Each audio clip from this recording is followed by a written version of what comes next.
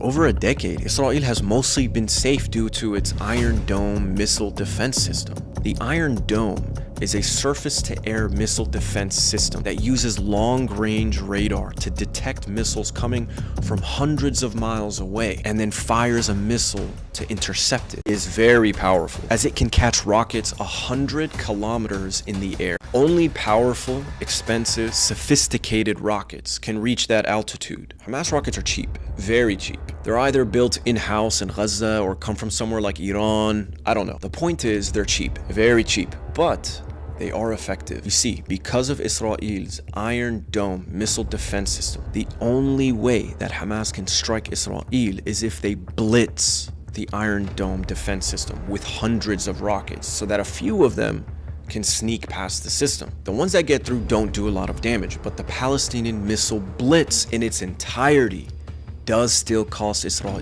a pretty penny. Each Iron Dome rocket costs $80,000. This means that every single time Hamas fires a cheap rocket, Israel has to spend $80,000 to take it out. To counter this, Iron Dome has to be efficient. They can't just waste expensive rockets like this. So their radar systems will detect incoming rockets, communicate that information either to people or a program that will quickly determine, is that rocket worth taking out? If the Hamas rocket is wildly inaccurate and it's heading nowhere, then there's no point to waste $80,000 and take it out. But if the rocket does pose a threat, then the $80,000 is spent, the rocket goes into the air and takes out the missile. However, Hamas rockets are getting better. The rockets are getting a little faster and more accurate. So more and more of these rockets coming from Gaza are triggering the Iron Dome system. Let's take a look at what happened last year. During the month of May, at the height of the summer conflict, Hamas fired 4,500 rockets at Israel. About 1,500 of those rockets triggered the Iron Dome system. About 90% of those 1,500 rockets were taken out by the Iron Dome. This means the Iron Dome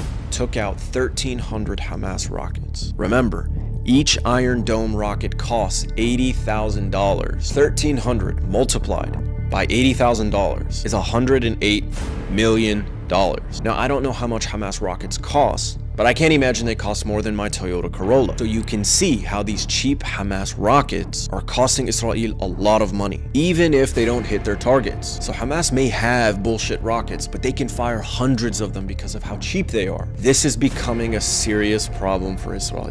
Especially now, because of the Russia-Ukraine war, much of the world's weaponry has gone into that conflict. One of the major lessons learned in this war between Russia and Ukraine is that the current production process in the United States is incapable of handling the volume that a modern hot war demands. Lockheed Martin, Northrop Grumman, they've been greedy. In order to increase profit, they've reduced expenses, and the way they did that was by closing down factories, the factories that make and rockets. Closing down these factories is okay during peacetime. You make just enough for the militaries that need it. But during a hot war like Russia-Ukraine that has been draining weapons, this does not cut it.